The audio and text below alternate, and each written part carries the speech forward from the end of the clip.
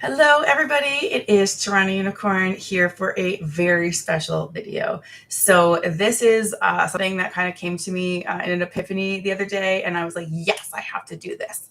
So if any of you are familiar of my very first video I've ever done, which was happened to be a live stream on this channel, it was me in this shirt sitting in a chair pretty much in the same spot, but my living room looked a little different.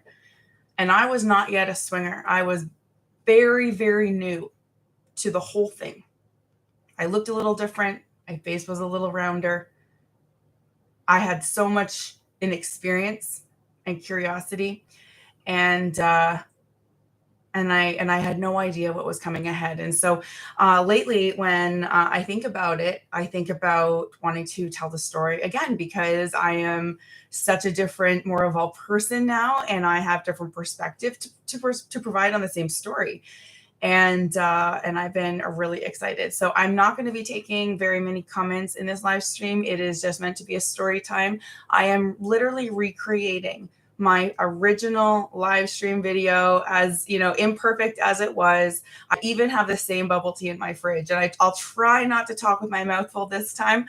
No promises. I tend to just kind of lose myself in conversation. So I'm just gonna fix my necklace, or that will bother me the whole time. So, oh, my kitty's making a move. My kitty's coming in the background. She was in the background of my original video too, so it makes sense. All right, are you guys ready? So I did rewatch this video today to get refreshed, but this is entirely from memory, my story. Are you guys ready? This is the story of when TorontoUnicorn, in my opinion, was kind of born, and it happened in the spring. I think it was like April, May of 2019. And I had, at this time when this video was made, I had only had one threesome in my whole life. And it was like 2-3 weeks prior. So I was like, oh my God, I've had a threesome. Could I have another threesome, right? Like, is this a lifestyle change or was it a fantasy fulfilled? Check, right? So that was a very, very big pivotal fork in the road at the time. And so what's interesting is when I tell the story of the night, I remember thinking how impactful that night specifically was for my life. I had no idea that story would then turn into a video, would then turn into a viral video, which would then turn into a career change. So that night was very pivotal. And so I want to talk to everybody who might be on the cusp of this again, of this lifestyle, and just show them, the girl who was then. You could watch that story and then you could contrast it with this one. So here we go. I remember it was a very cold day. It was like April, May 2019.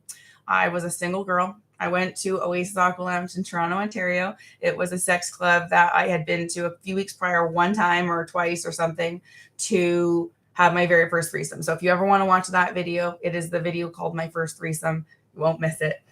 It's in my story time playlist. So this was my second ever threesome, but it was my biggest ever video.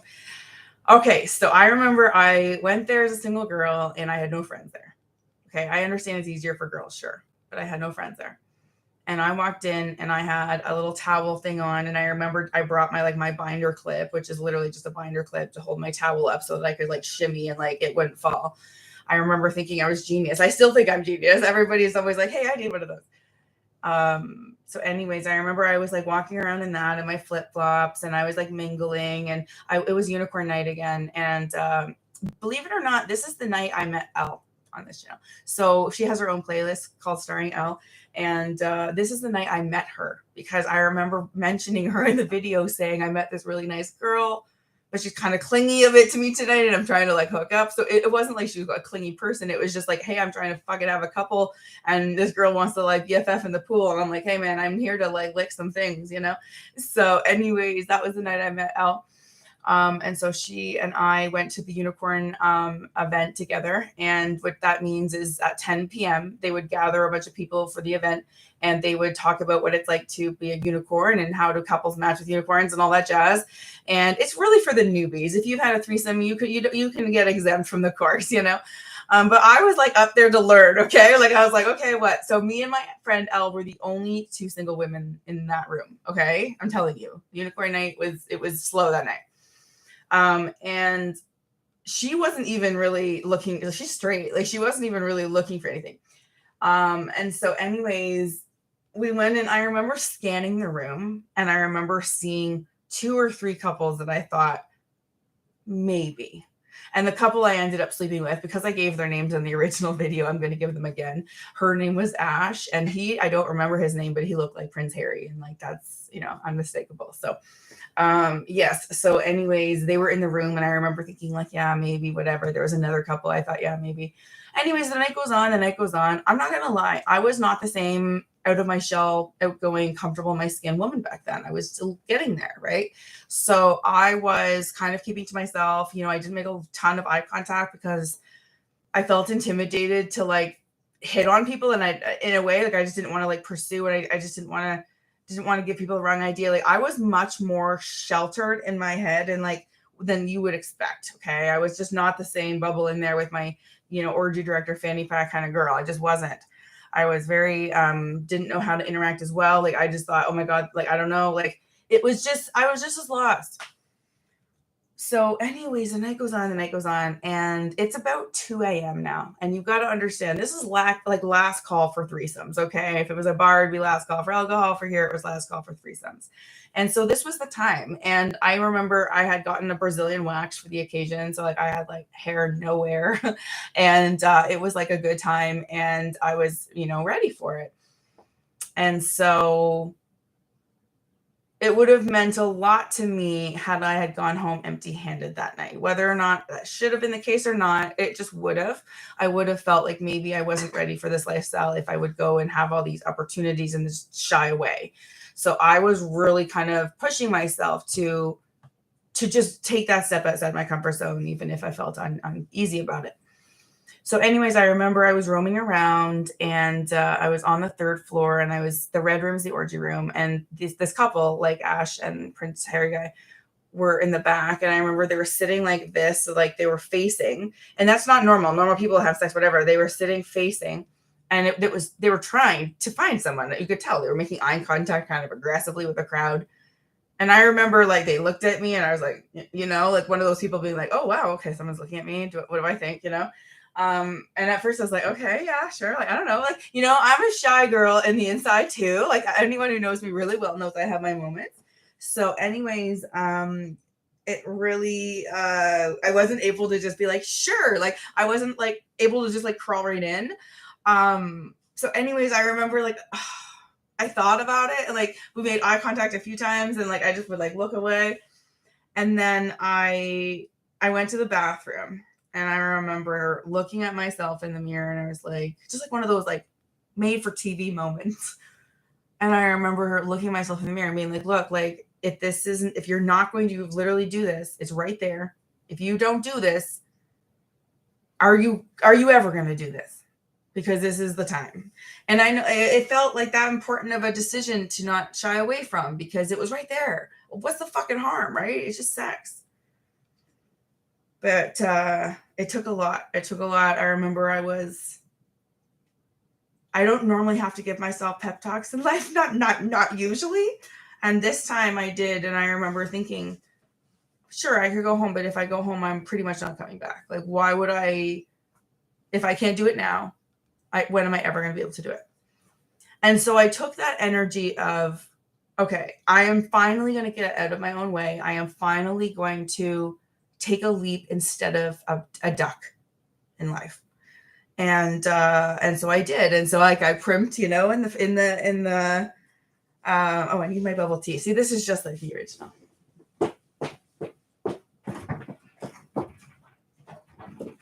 Although this time I'm going to try and not talk with my mouth full, but no promises, because again, this is live. I can't edit. You get what you get. So I remember I was like primping myself in the mirror and, anyways, checking my pussy, make sure it was good, that kind of stuff. Have the overshare, of course. Oh, by the way, this is the YouTube version of this retake story. If you want the actual additional dirty, darker details that actually didn't even make the original cut, you're going to have to come to my fan page. It's just the case YouTube would kick my ass if I did it here. So that's the way it's got to be. But I will absolutely do my best to retake the story in its glory here with the additional details on my fan page. So here is the bubble tea, same one as the original video. Oh my God. Oh. See, I'm not talking. Okay, I can't keep eating chewy things if I'm trying not to talk a mouthful.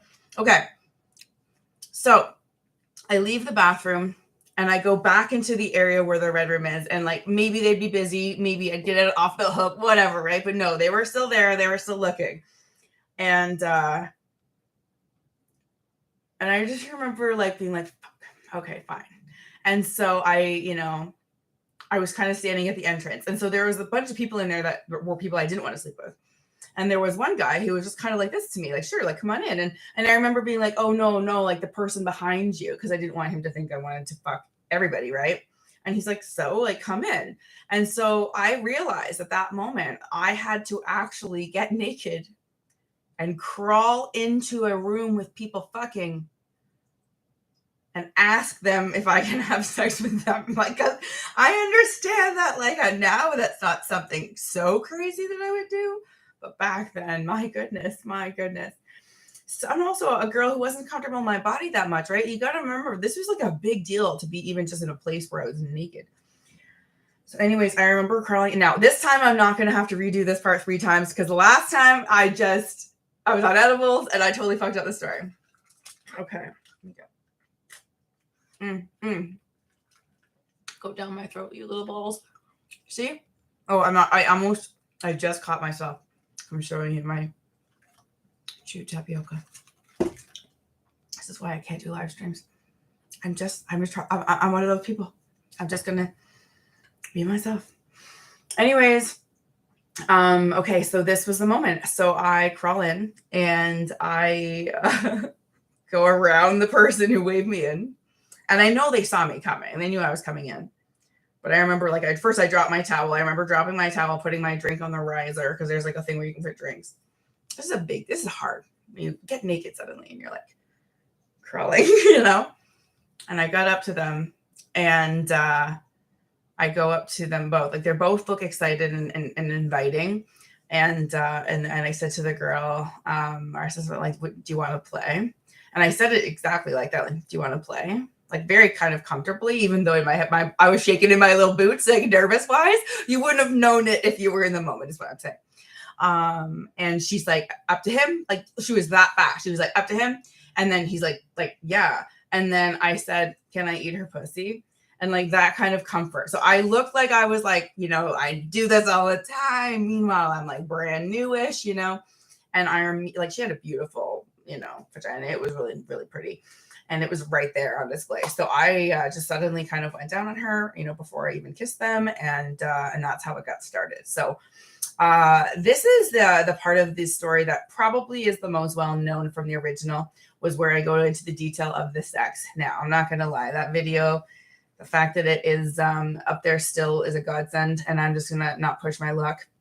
I'm not allowed to talk about sex in detail on YouTube. So what I'm going to do is hit the highlights, but not in a sequential series, so that I'm not trying to elicit basically a reaction. That's basically the thing, the line I'm trying to toe here. But as I said, come to my fan page after. I will be unleashed. Okay. Unleashed. All right. So I remember it started that way. I went down on her and then they started making out, and you could tell like they were excited. And it was great. It was great. I was enjoying myself. She had orgasms. I mean, I'm not going to lie. The girl had like many orgasms. So I'm pretty sure she just came a lot. But like, again, if I'm a girl that new at this, I'll take fucking easy wins, man. I don't need my ego doesn't need to work hard for an orgasm. Anyways, and then I went and like grabbed his, D. And I started like, sucking it, whatnot. Keep in mind, I had not had regular sex in my life around this time. So I was a little rusty. And I remember I did at one point hit the teeth a little bit in the back. And I felt a little bad, but I like didn't say anything. And I just kept going because he didn't say anything. But those kind of things happen. And because I told it in the original story, I've got to tell it here too, you know. Anyways, it was going really well. They were having fun. Me and the girl shared, you know, a BJ. And so it was like I was helping her underneath while she was had it in the cock in her mouth. It was really fun. And it was, what was interesting is that I had done this threesome because I wanted kind of like the girl experience. And it wasn't until kind of after the threesome was over that I realized the girl wasn't bisexual. And so I didn't actually get the kind of girl on girl experience of receiving that I kind of wanted. And that changed me because now I actually ask women before I hook up with them, are you bisexual? Are you, so I know. It doesn't mean I don't hook up with straight women. It just means I don't expect them to go down on me. You know what I'm saying? So anyways, there's lots of ways to share people without going all the way. Anyways, so I, you know, she never went down on me or anything, but like I kissed her a lot, and I sucked his D a lot, and then played with her boobs. She had nice boobs. And then I remember we both sat on the back. So it was the red room. So we both sat on the back thing. Like, here's her legs, here's my legs. And he was standing in front of us, kneeling basically, and like fingering us both kind of at the same time. He was having the time of his life. He was having a great time. Now, there's this part of the story I have to also share because this is true. But basically, there was at one point when I think I was like, I don't know, I was on all fours and he was fingering me from behind. And it was really, really rough. And normally I like aggressive finger fucking, don't get me wrong. But this was different. And he had knuckles that were hitting the side of my vagina. So it was, instead of doing it a way where your knuckles wouldn't hit, he was doing it in a place where the knuckles were hitting my body. And I had fucking bruises. So now I would say something. Now I would stop the play or like ask for it to be lighter. I should have. It's our responsibility sometimes as people receiving to say something when it's a little too rough, but I didn't.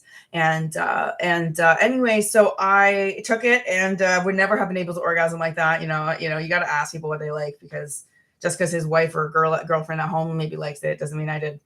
But anyways, he did do a good job in like other ways. It was just that one part.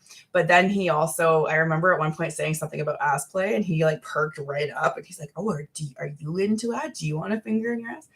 And I was like, yeah, I love one. Like, it was just like, yes, because I really do like ass play. It's part of my thing. So she was like, oh, can I watch? And so she was like literally like behind me, like watching, and it was like really hot. It was a hot situation.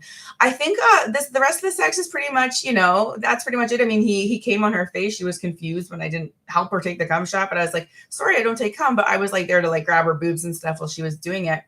I do remember that he held her eye open and was like trying when he was coming on her face. And I remember thinking, is he trying to come in her eye? Like, is he? Because that's a lot of trust. Now, having said that, there is some people who do have a kink about cum in the eye, so I'm not judging. But in this situation, I was very confused by somebody who they were in a relationship with wanting to come in someone's eye. I don't know anybody who actually wants cum in the eye. So that was confusing. I do remember she also called him daddy, and that was the first time I had actually ever been exposed to the daddy dynamic in the lifestyle, which is not what you think if you're from another world. It's not weird or anything. It's literally this protective kind of force over a more like submissive force, and so it's more like role play, power play dynamics. It's really interesting. I've never called anyone daddy, but now I do understand the dynamic, and it appeals to me in certain capacity, and so my friends also like it. So I just remember at the time being like, she called him daddy. It was kind of weird, but now I'm like, yeah, no, it's very common. It's very, very common. So that was something that has majorly evolved.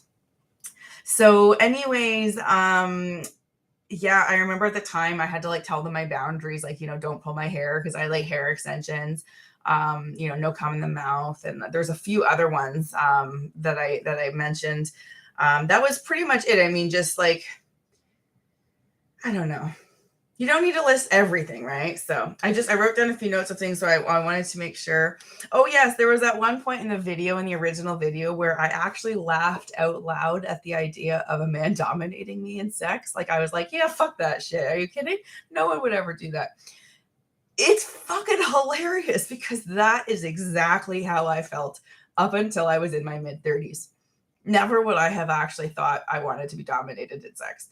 I'm about women empowerment. I strongly believe in that. So it was conflicting in ways to be dominated suddenly, right? But no, there was a good dynamic I had with a partner that showed me the dynamic up close, and it was very lovely and fulfilling and sensual, and it had more depth. The sex had more depth. So yes, it was good. So that's something where I've come a long way on. But I just wanted to say I laughed out loud at the idea of men dominating me in my original video. And I would again, unless I selected that man to dom me. You know what I'm saying? I think a lot of submissives feel that way. They don't just get dommed by people, they select their doms too. It's very much, in my opinion, it's very much equal power. It's just the expression of power in the role play is different, but the power itself is equal. Okay. Yes. What else did I say here?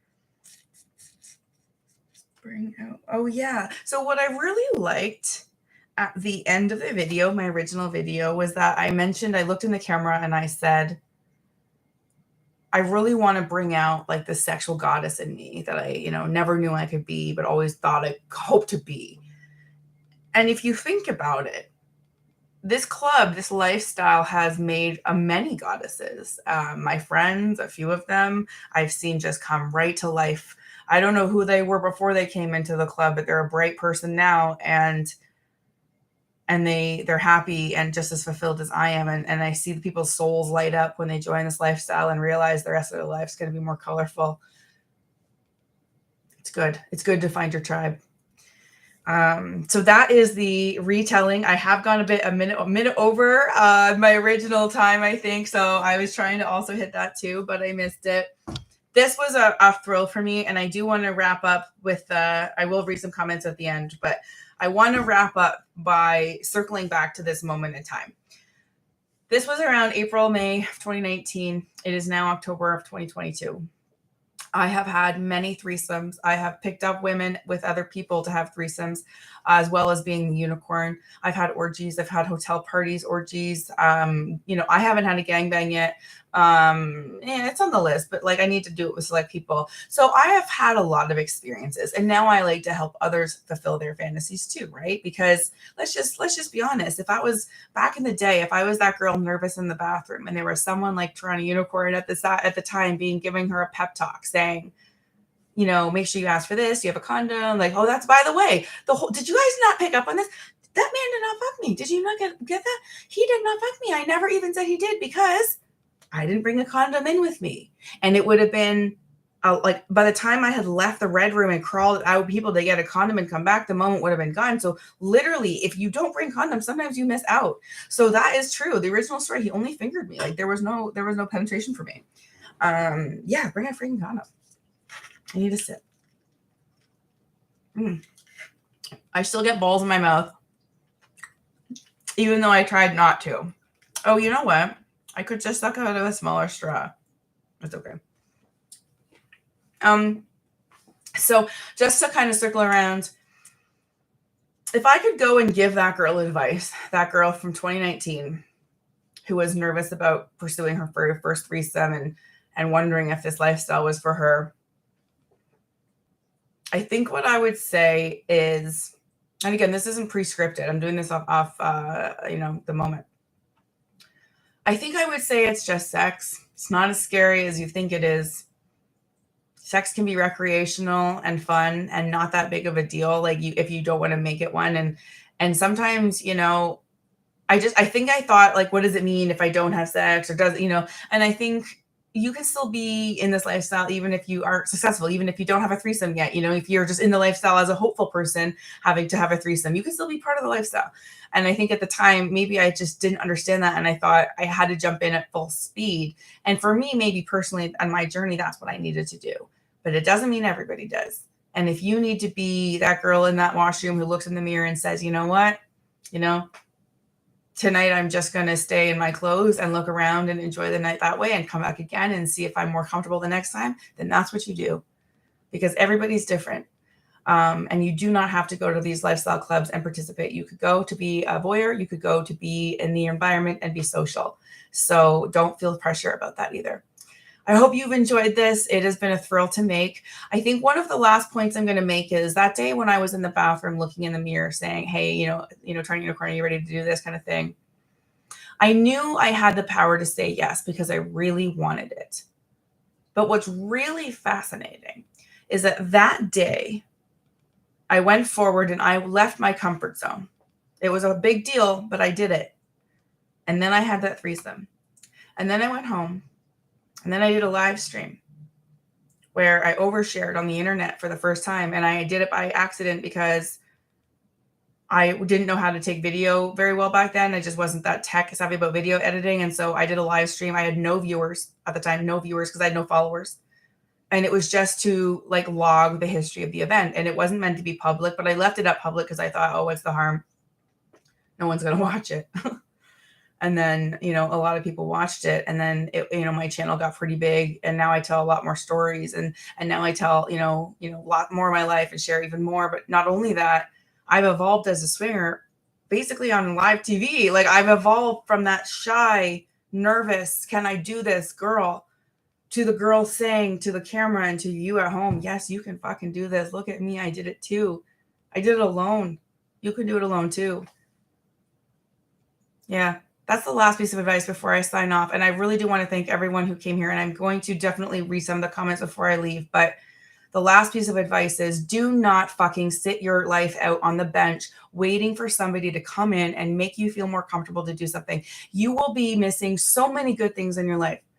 If you can't yet go to a club alone because you want someone to come with you and you're desperate to have some chaperone, if you're that desperate, hire a fucking sex worker. I'm not kidding, because that's a chaperone. Hire an escort. If you really want someone to go to a sex club with you, hire a fucking escort. Don't come in my DMs and asking me to take strangers to a sex club. As much as I would love to meet all my fans, I'm just never going to say yes to that kind of proposal, just so you understand. I can't say yes to that, okay? To meeting strangers on the internet in a sex club. No, I cannot say yes, as much as you may really want me to. I really can't. Having said that, I am building a Discord server so that my fans can interact with one another and maybe even build their own meetup group so that they can all go together as fans of Toronto Unicorn, friends of Toronto Unicorn, and have that be the bonding that you guys go with. So at least you guys go knowing somebody. Even if you're not going to hook up with them, there's still someone who wants to go. So yeah, so stay tuned for that. TorontoUnicorn.com will have all those links. Okay, I am done giving my tough love on that. I just say get off the bench, live your fucking life, and don't sleep one more day away before you do that. Okay, let's go back and read some of these comments. And thank you again, everyone, for joining. Okay, it says, good afternoon, Uni. R is here. Rob's here. Ticket Black. Let's see here. I'm not going to mention everyone's names here, but hello, gorgeous from Maui. Well, what's really interesting, Jason, is I just smoked some Maui Wowie. It was the weed strain that I smoked, so that's good vibes there. Thank you. Oh, I'm seeing a lot of nice commenting. DJ Slim is here. That is nice. Milfman, hello. The penis pillow is hilarious. I also have a boob pillow. At what age did you realize you were sexually open or adventurous? Very early. Very early. Like, why wasn't anyone else talking about sex yet? Kind of early. Perks of a limo driver, 6-girl orgy in the back. Lovely, Jason. That's a kick-ass job. Rob says, good philosophy. It is just sex, but it's a whole lot of fun. It's true. I think that sometimes people like me can be like, what does the sex mean? Or what does the sex do? Like, but sometimes sex can just be the recreational physical activity you do with your friends. So then DJ Slim says, you say 1 million plus, but I have technically around 13 million now overall, just so you know. 1+ million viewers later, there's your harm. Oh, there's my harm. Joking, but harm more than awakening. It's true. I mean, I think that there's a lot of religious people who think I'm doing harm, and I've heard from them, some of them. But you know what? I know what I'm doing. I feel very proud of the impact I'm making, especially on body positivity, sex positivity, and just de-shaming the whole topic of sex. Like, let's not, make sexual jokes or innuendos frowned upon. Like, let's cheer them on, All right. Okay, so this one here says, Danny says, I'm not going to comment, which is funny because I'm reading him comment. I'm not going to comment or ask any questions. I'm just going to sit, listen, and admire my fave ADHD, sexy, wild child, blue-eyed biatch. Like how I did that? Stay awesome, babe. Thank you. That is a lovely comment. I love those thoughtful comments so very much. Hello, DeAndre. I think I said that right. Hello. If you're new, you've got a lot to catch up on. I've got like 500 videos. So that was thrilling. I have to log off now so that I keep this under 30 minutes. But thank you all for coming. I hope this is logged in time as a little bit of an artifact, because it goes to show, in the same shirt with the same, kind of bubble tea, same cat, same chair, same house, different swinger, different girl, more evolved, more comfortable in my skin, more experienced, less naive, and now more willing and eager to share with others so that they can have this joy in their life too. So that's what it did for me. Hopefully it does the same for you. Bye, everybody.